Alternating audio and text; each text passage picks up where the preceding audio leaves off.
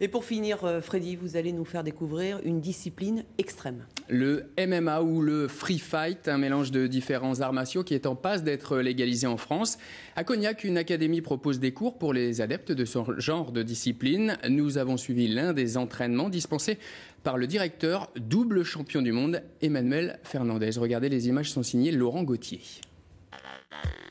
Les Anglais l'appellent Pythagore, un surnom issu de sa spécialité, l'étranglement par triangle. Emmanuel Fernandez, short vert, est double champion du monde de MMA, Mixed Martial Art. Autrement dit du free fight, du combat libre sur un ring ou dans une cage. Les coups de pied, de poing, de genou et parfois de coude sont autorisés. Mieux vaut être bien entraîné. Ma préparation physique a tellement été dure que le combat, c'est la cerise sur le gâteau, quoi. Quand j'arrive, j'ai un sourire comme ça, j'ai un stress positif. D'accord, au lieu de me renfermer, moi j'ai un stress qui justement me booste. Donc j'ai cette chance-là. Bon bah voilà, moi je suis vraiment... c'est mon cadeau de Noël, quoi, à chaque fois que je vais combattre. Les combats, Emmanuel Fernandez les vit aujourd'hui par procuration.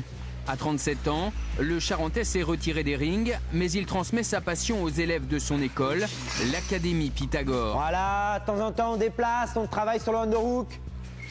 À Cognac, ils sont une dizaine de pratiquants de cette discipline, mélange de boxe anglaise et thaïlandaise, de judo, de lutte, de grappling et de jiu-jitsu brésilien. Un combat d'hommes, violent pour les regards extérieurs, maîtrisé pour les adeptes. Il faut voir que c'est deux personnes qui sont préparées pour ça. C'est pas comme deux gars qu'on prend dans la rue et qu'on met dans une cage et qui connaissent rien, ils savent pas esquiver. On apprend beaucoup de choses, par exemple sur la frappe au sol, ce qui paraît le plus violent dans le MMA. Les coups sont moins violents presque que le debout. Parce qu'avec le corps, on essaie d'absorber l'autre sur soi, on essaie d'amener pour que les coups se passent un peu plus à côté. Très développé au Japon, au Brésil et aux États-Unis, le MMA est en passe d'être légalisé en France afin d'éviter les combats clandestins. Fin 2008, une commission nationale a été créée. Emmanuel Fernandez en est le directeur technique. Son objectif, promouvoir sa discipline. On va passer dans toutes les grandes villes de France pour faire connaître le MMA, mais d'une autre façon. Pas uniquement par le biais de la compétition. Voilà, vraiment par le côté éducatif, le côté ouvert à tout le monde. Hein, tout le monde peut pratiquer le MMA, il ne suffit pas d'être un Golgoth musculairement, voilà, avec des balafres partout. Non, c'est ouvert à tout le monde, c'est un sport qui est ludique.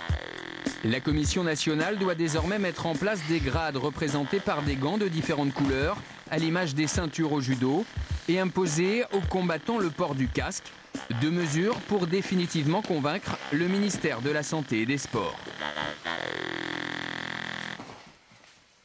Violent tout ça. Une dernière information.